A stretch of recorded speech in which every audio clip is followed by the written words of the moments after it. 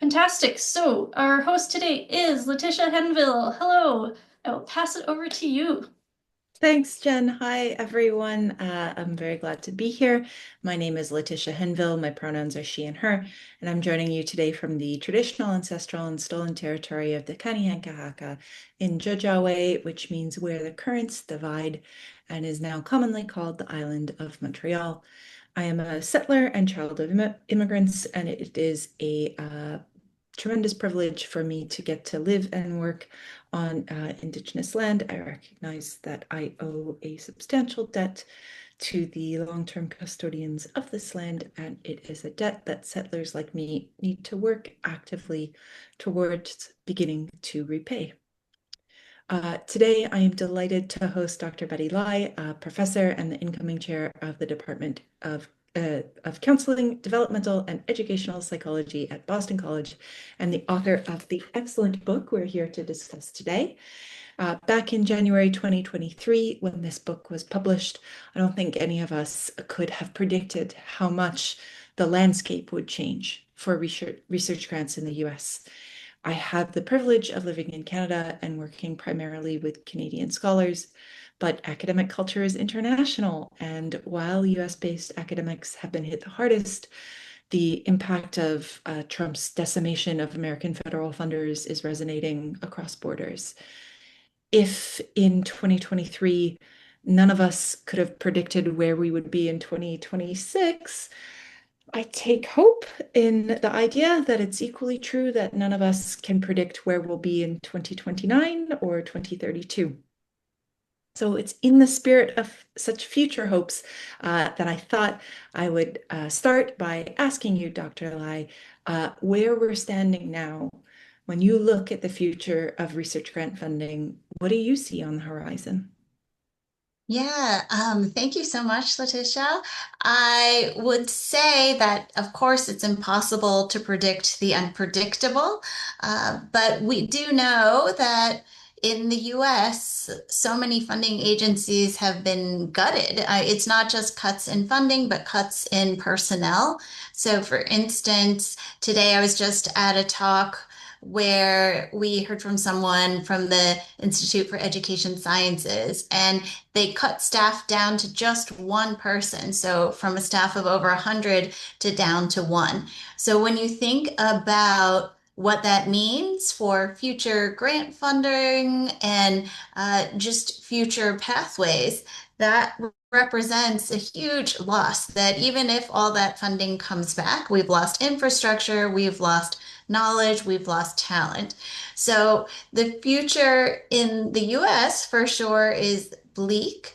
But even so, grant writing remains a critically important skill that can give people opportunities and options in a job market that has been and continues to be dismal. So having more marketable skills can absolutely help you stand out in a really difficult job market. So I would say that, the changes that we're seeing are going to have reverberations for years and decades, possibly. But people are still getting funded and are still writing grants. So I do think that this remains a skill that we should be talking about. So, what do readers of the book today need to keep in mind? Yeah, one of the things that I talk about in the book is using grant writing to choose which ideas you want to work on and which funders you want to apply to. So that principle still holds true that if you learn grant writing skills, you have the opportunity to diversify your portfolio and to think about, where is it that there is a good match between what you hope to do and what others want to support. So I think that is absolutely critical, especially now, because we're seeing folks who have always been funded, for instance, by the National Science Foundation, suddenly saying, it is time to pivot because the program that I used to write to doesn't exist anymore in that shape and form. So how do you write for other funders? Because maybe you only learned one style of grant writing. So how do you translate what you know about writing that type of grant into other situations? Um,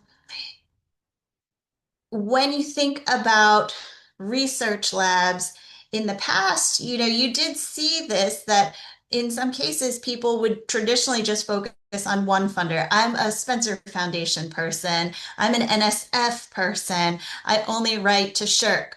But now that may not be a viable long-term strategy. So learning what it is that can be exciting to other funders about your work is really important to do at this moment. Oh gosh, I hear so many echoes of how we think about freelancing for editing as well. The need to also be diverse in our own work as well. I see echoes there, of course. Um, the book opens by talking about equity in research grant funding. What do you think that editors, like the folks in the room today, what do you think that editors of research grants need to know or do to best support scholars who come from populations that are systematically underfunded and underrepresented? Yeah. Well, first of all, I'm so excited to be in this room with you all. The work that you do is so critical, not just in grant funding, but in all types of writing. As you know, because you all do this work, scholars often come with limiting beliefs and ideas about what they can or cannot do.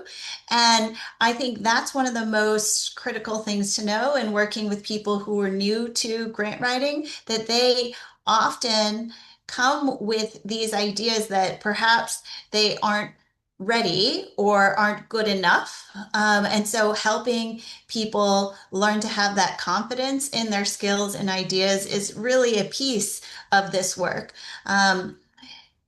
Because grant writing is very much inside baseball, where people who are well funded have well funded students who teach their friends how to be well funded, but don't often let in outsiders, that there can be a lot about grant writing that is hidden. So I'll give you an example of this. I talked to somebody who was a Spencer Foundation finalist for one of their postdoctoral fellowships, a really prestigious fellowship. And she said, "Ugh, I was a finalist, so I didn't get it. I got rejected, so I gave up."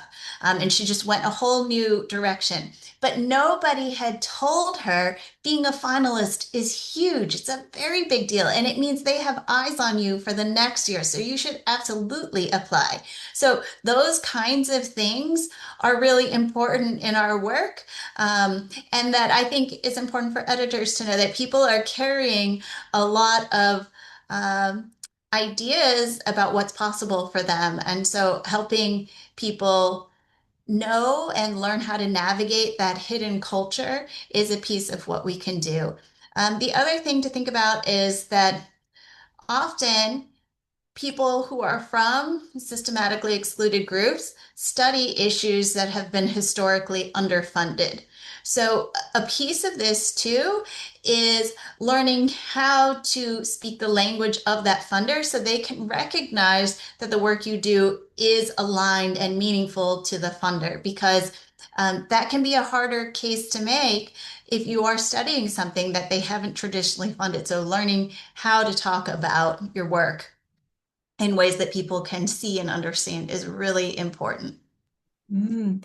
Um, I've seen research here in the Canadian context that talks about the reapplication rates of scholars from the big institutions and compares it to the reapplication rates of scholars even just from the small institutions. I hear what you're saying, and so there's the mindset part in addition to the language part, which Yeah. we hope we can do. Yeah. And those statistics you're seeing, we also see them on the US side too, that often, for instance, men and women apply for the first time at similar rates, but men keep applying and reapplying, and they get funded at higher rates because of that. So some of these things are about helping people understand what is a rejection, what is not, and how you navigate these systems that weren't necessarily built for all of us. One of my favorite chapters in the book, I've got it open here, is chapter 9. It starts on page 103 in my version. Chapter 9 is the literature review, clear and simple communication. Um, the way that you distinguish in that chapter between a paper mindset and a grants mindset, you talk about the difference between a peer and a guide. It's a really compelling distinction. I really like it. And it got me thinking about the difference between a paper mindset and a grants mindset for other parts of the proposal too, like the methods. Could you comment on whether that peer to guide shift is relevant for methods or for other parts of the grants that stand out to you? Yes, absolutely. So, what I talk about with this paper and grants mindset is that these two genres of writing have a different orientation to time. Papers are about the past. Things have already happened. You've already made all these decisions. So, you're just communicating what's already been done in the past. But grants are about the future. So the work has not been done yet. You're trying to get people on board for this vision you have for the future. So nothing has happened. So you're making a case that people should invest in this future you're trying to cast. So in this sense, grant writing is much more like Shark Tank than many other things. So you have to build a case, and that's true for the methods, for instance, this grant paper mindset distinction, because in paper writing, you're just saying what's already been done with the methods. You already recruited everybody you were going to recruit. You're not going to recruit anymore. So you just talk about the limits of what you've already done. But in grant writing, you're saying, I'm going to recruit 200 people. And you have to say why that's the way to do it and why that's feasible and also the best way to spend money. Why not 4,000? You have to make that case. So that mindset is really critical for this type of writing because people have to understand you're no longer just describing. You need to argue for. And that comes up in that mindset that you mentioned, Letitia, about the peer to guide mindset shift. So for all of us who've been trained to write papers, you know, papers don't have to be so compelling. Usually, it's people who are already interested in the topic. You really don't have to make as big a case around why people should care. But grant writing is so different because you're convincing people to care about an area that you are arguing is not so well invested in or studied or considered yet. So you need to take a higher authority level in grant writing. So instead of being a peer who says, okay, this is the work that's been done, there's been lots on kids, there's been lots on adolescents, you need to instead take it one step up and take leadership and say, what we've been doing is not the right way. We need to be focusing on people who are 40 to 50. That's the direction we should be going in. So it's much more authoritative in that sense. So that's why I make that distinction between peers and guides. Peers are fine for paper writing, but in grant writing, you have to guide reviewers and funders to say, I know that we've been doing this way, but we have to make a mindset shift into a new direction or something like that. So I'll give you an example.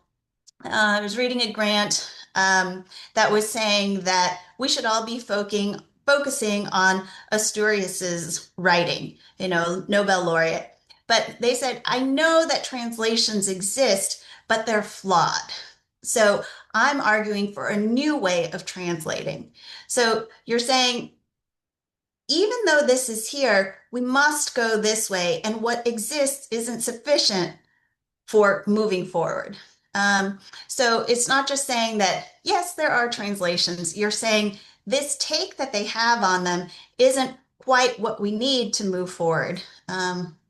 So I think that's my big argument around these mindset shifts and why I think it's important for people to study grant writing as a genre, because there are conventions around grant writing that distinguish it from other forms of academic writing, but they're all learnable. If we can all just practice and spend time and get feedback, we will all get better. But they are different from a lot of the formats we've been trained to write in as scholars.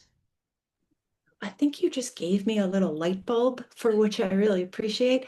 Like I come across a similar issue with the methods when I read grants of and I always say you got to justify your choice.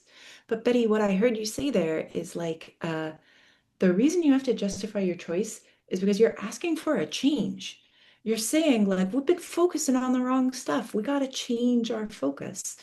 And that makes it much easier to understand why we need a justification of all this stuff. So thank you Yeah, for my light bulb. I really good. appreciate that. Um, my next question is for the editors in the room who don't usually work with scholars on research grants, maybe they edit monographs or journal articles or dissertations. For those editors, do you have any recommended mindset shifts for us or any other advice for us?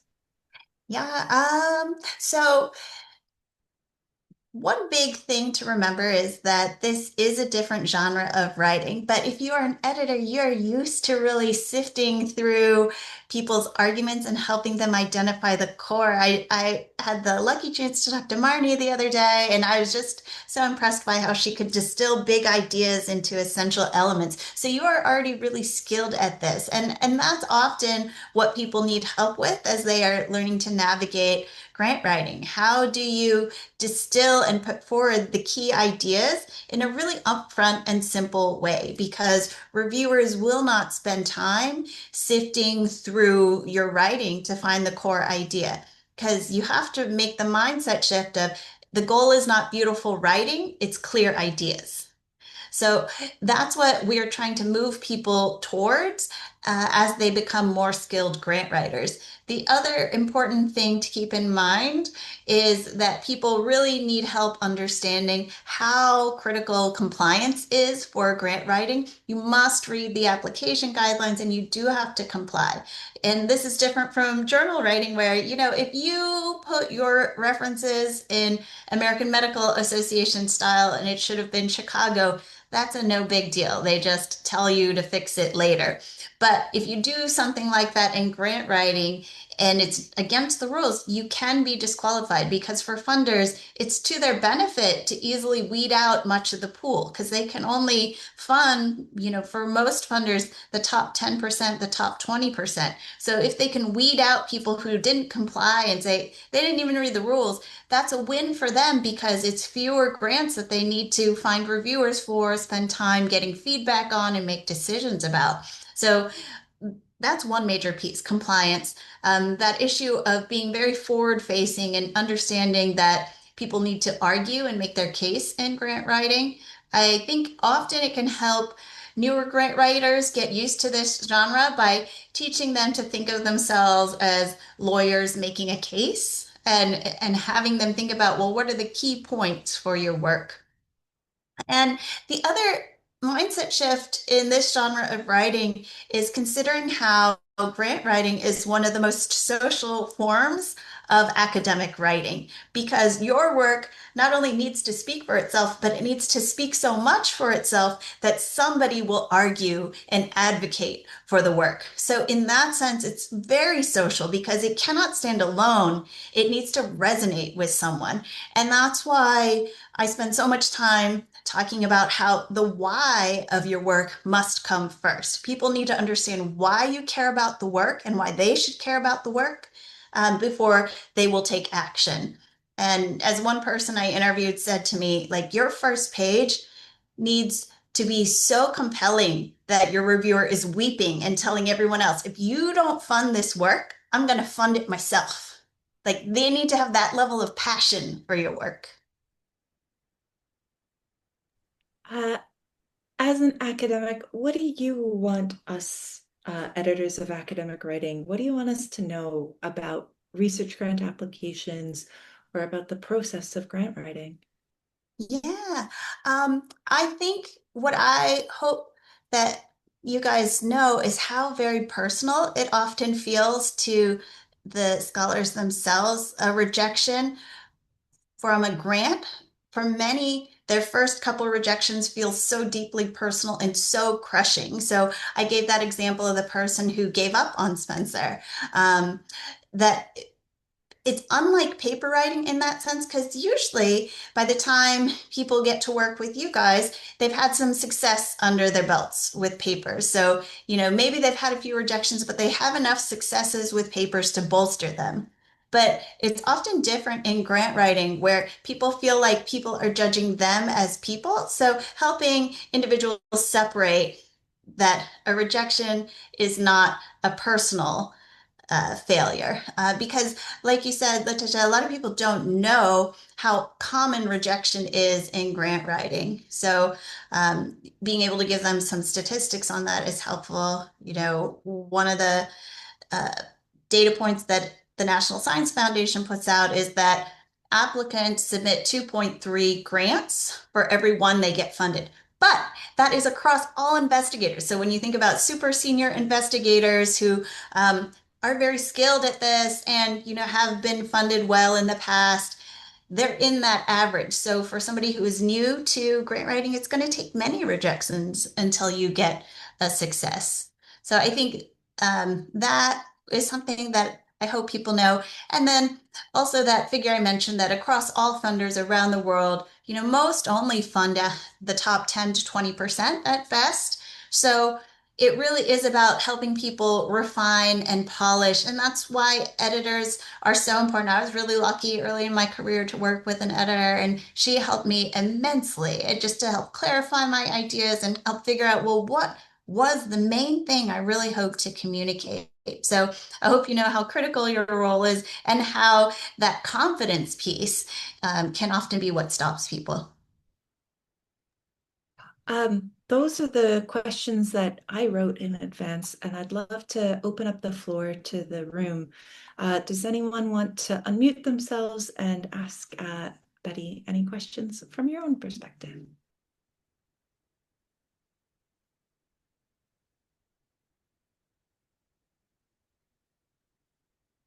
Go for it, Marnie. I don't know how to make the hand thing happen anymore. Hello, Betty. It's good to see Hi, you. good to see you. It's not a question as much as a thank you, because I'm slowly working through your book as I'm overwhelmed with grants to edit right now. And um, I came across, I just wanted to, in chapter 8, actually, where you're talking about evaluation criteria and the mission. And you mentioned that reviewers put, they're using certain terms and they're searching through the grant to see if they can find this particular term. I think it was broader impacts in this case. And that made me stop in the middle of an approach section and start writing down all the terms I need to make sure are in there. That was such a useful piece of information that I did not know. So I want to thank you for that. Oh, good. No, I'm so glad. And yeah, that is something that I interviewed a lot of people who review often, and that's something that they told me. So not everybody does that, but the fact that you have reviewers who do that means that if you know that, you can set yourself up for success. Yeah. Um, wanted to ask a question from the chat. Um, what topics did you have to leave out of the book that you wanted to include? What would you have discussed?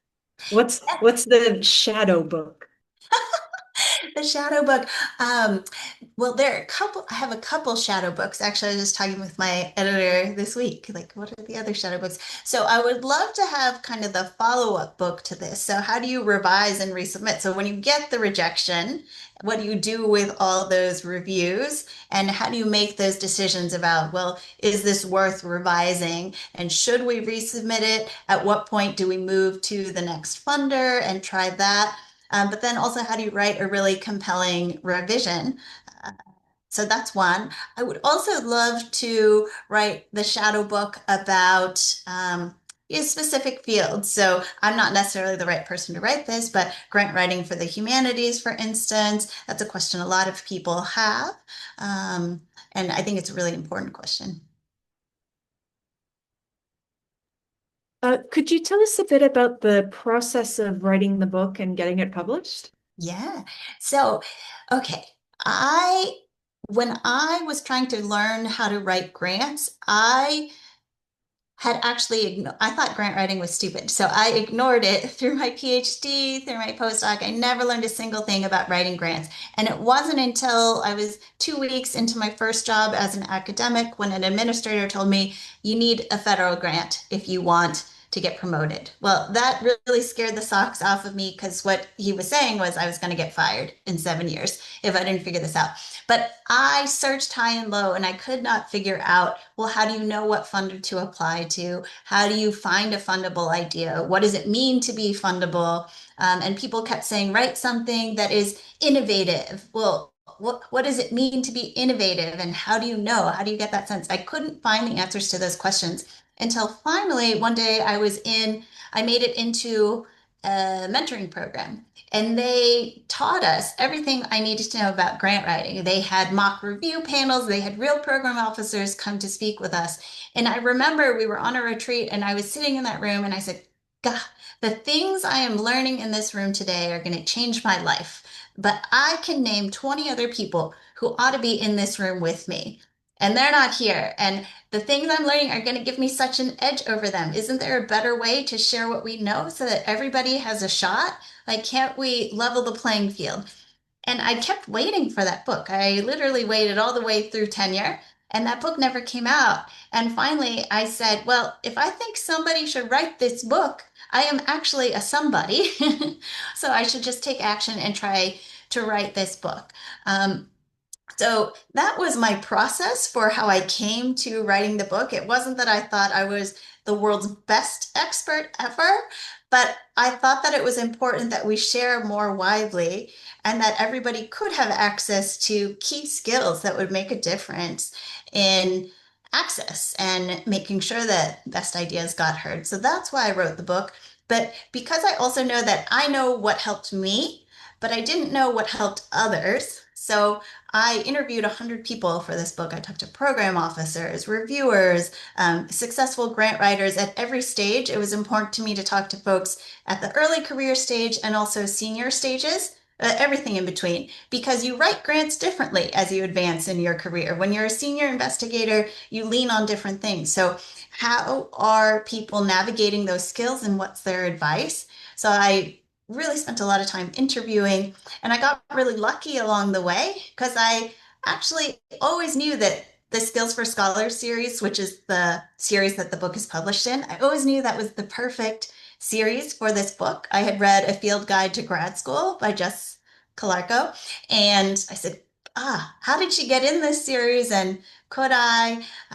But luckily, I had a colleague who made an introduction, and things kind of went from there. So I feel like I had a lot of lucky things that happened along the way, but that was that was the reason why I wrote the book in the process.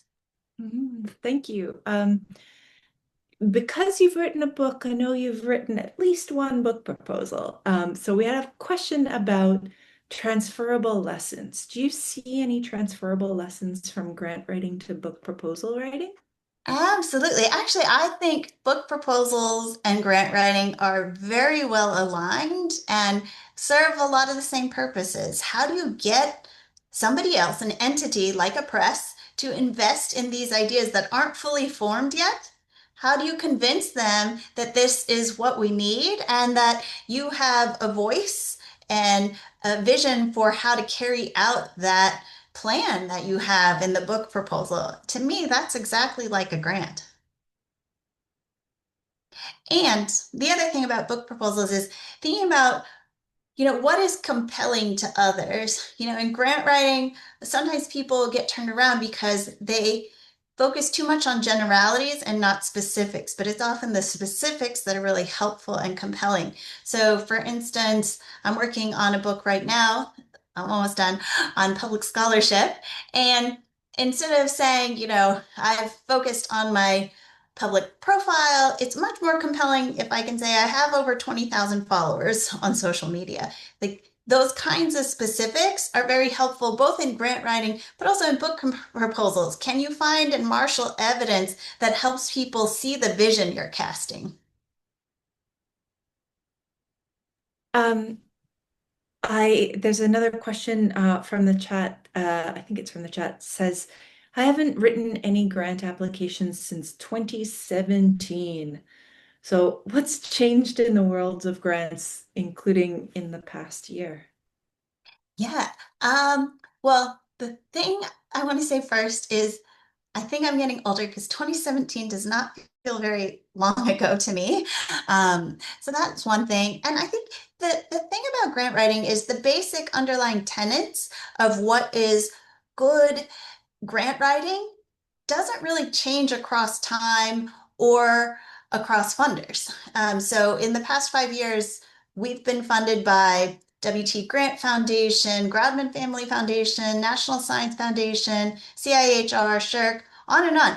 It's not because I have the most brilliant ideas, it's because the principles of grant writing are common across different funders, no matter what country you are from or what funders you are targeting. So I think the parts of grant writing themselves haven't changed over time. What has changed is the budgets and the priorities and how decisions are made.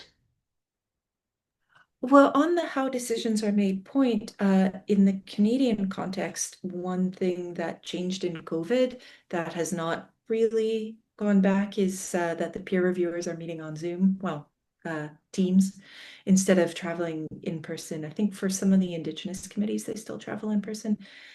But now people are so like, if you were already writing for a tired, overworked, busy person, now they're on video conference. Like, Yeah. yeah, yeah. Yeah, absolutely. And it really takes a lot of the fun out of reviewing because, I mean, as you all know, reviewing is service work. So you're already doing this anyway as a service because you believe in the importance of ideas. You want to support good scholarly work, but it was always service. But it had this great benefit that you get to see folks in person and you'd also get to meet them and make connections and have a few good dinners.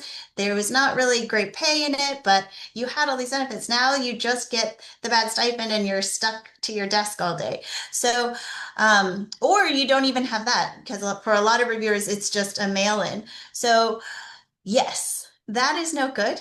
But even more than before, that need to really motivate and ignite your reviewers is there because they're not getting that extra bump from those around them. Um, I can see we've got a raised hand. So, Alex, do you want to unmute yourself and ask your question? Yeah, just it was on that point. First, Betty, thank you so much for joining us here. Um, I will admit I'm still making my way through the book mostly. I've read most of it now, so I apologize if you have covered this and I just haven't gotten there yet. But when you say in kind of both in the book and just now that the good grant writing hasn't changed and the structure is fundamentally um, the same. But how much should you, or I guess as an editor, if I'm editing a grant, how much should I weigh getting in the mindset of the reviewers and to put it kind of bluntly, playing to the audience rather than writing a grant in a vacuum? Great question, Alex. So I think it should be foregrounded, writing for reviewers, because the way reviewers read is to look for the information that they need to evaluate the grant. So they are just looking for the things that help them fill in their evaluation criteria. So, for instance, I just reviewed for an international funder, and they wanted me to comment on, well, to what extent does this advance our mission? So that's the information I'm looking for. So it doesn't matter if in a vacuum, everything else is just so cool and they're doing really innovative work that I've never seen before. If it doesn't advance the mission or they haven't told me how they advance the mission, I have nothing to put for that section. I have to say, didn't answer. So I would say more than anything else, what the reviewers need should be your main priority. Um, There are some exceptions. There are some funders where the reviews don't matter that much, but for the most part, for most funders, the reviewers are the mainstay of how decisions are made.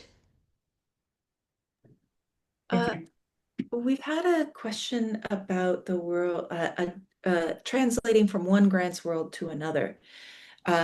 for grant writers or editors who have experience in grant writing in the nonprofit sector, who are interested in moving into academic grant writing or editing? Like, do you have recommendations for mindset shifts, or can you think about or tell us a little bit about what you know about some of the non-obvious differences between these worlds? Yeah, great question. So I'll give the caveat first that I don't write nonprofit grants and don't come from that world. So I can't say as much what the differences are from that mindset. But what I can say is that the general underlying principles of the idea that you are writing for a specific call or a general call for funds, that the funder wants to put money towards certain programs or ideas or pathways. So you need to know what it is they're hoping to achieve, because when you know that, you can speak to that mission and show how you are aligned. And I think the main thing to know there is that reviewers and funders, they won't look and sort through and try to figure out for you what that alignment is. That's your job. It's similar to a job interview. Like if you go into a job interview and you say, I can do this, this, and this, that's fine, that's good, but you're going to stand out so much more if you can say, I know that in the next 5 years, you are hoping to achieve this. And here's how my skill set aligns with that. And I really hope to achieve those things. And I think I can contribute to that vision. When you can do that in any grant, that's much more compelling. And it's on you to make that case. Like reviewers aren't reading to make those connections for you. They believe that to be your work. Marnie has asked a question in the chat about the mission and priorities of the funder. Marnie says, with NIH grants, it feels tricky as the review panels are not typically tied to particular programs or institutes. How do you recommend striking a balance between what reviewers are looking for and what the funding institute is looking for?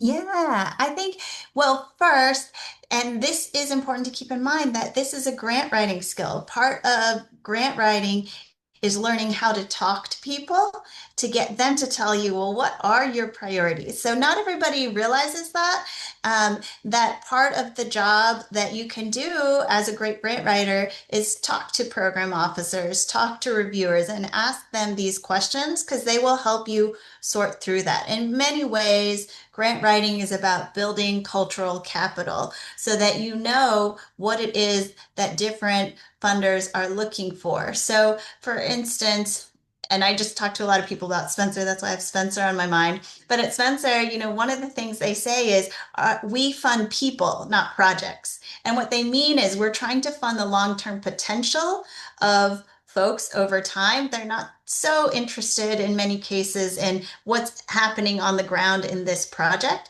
So you need to understand that's their culture so that in your grant you are echoing and speaking to that culture.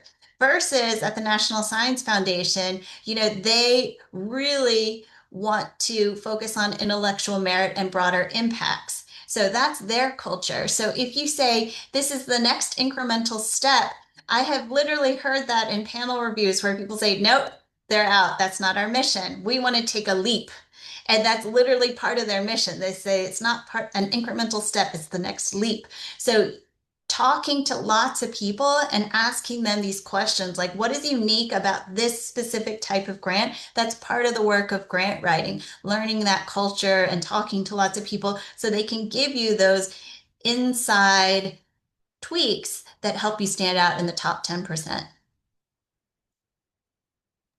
What about situations where there's something about the nature of the project or the nature of the team that makes it that makes the application fall into the pool of like statistically less likely to be funded? For example, you're in a discipline where it's often big teams, but this project needs a small team. In that kind of situation, like what advice do you have? What should an editor say to support feasibility? What do you do if you know your project doesn't fit the culture, but that's what's right for the project. Yeah, so you always want to talk to program officers if they are willing to talk to you and ask them, like, is this a no-go for this type of funding? Like, um, is there no chance that you will ever fund this type of work because we don't have this giant team or something like that?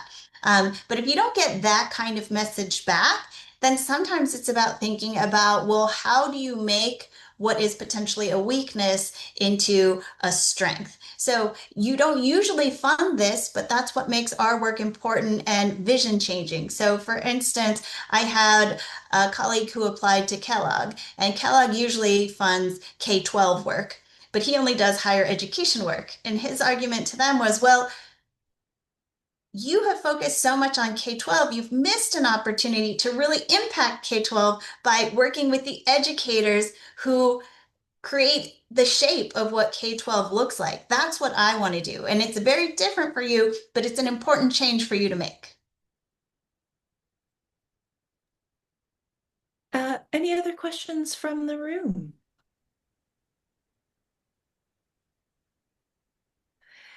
I'm going to read this out from the chat. One difference I see between academic and nonprofit grants is that academic grants are often focused on research and generating knowledge, while nonprofits are applying research and best practices. Their grants are usually focused on community impact. Are there resources that might provide perspective on how to write about results in a research-focused grant? Yes. Marnie, do you mean results like potential, or Marjorie, this is Marjorie. Do you have an example of what you mean by results? Do you mean the deliverables and outcomes or? I guess so. So I'm in a coffee shop, so I'm just brief. Oh, sorry. But for nonprofit grants, it's all about, X number of children will see this difference in their reading abilities, something like that. And I haven't, I'm early in really looking into research grant applications, but it just seems like the result portion would be more about maybe validity of research or replicability. And so I'm not expecting, you to really lay all of that out on this. However, I'm wondering if there are, and maybe it's resources for like neuro researchers or something like that, but things like that that might be helpful for someone in a position like mine to read so that I've got more context. Yes. Okay. I love this question. So I think, first of all, what I recommend is looking at sample grants for the funder. So at thegrantwritingguide.com/samples, I list out openly available funded samples that are out there on the internet. There aren't always a ton, but getting samples makes such a big difference because you can see how people communicated about deliverables and results to that funder. And actually, funders, even though it's about research products, they do like outputs and deliverables. So somewhere like NSF, for instance, which is really focused on intellectual merit and intellectual outputs, they do love to see things like, for a while, every grant was about a toolkit that would be built or a website that would be built.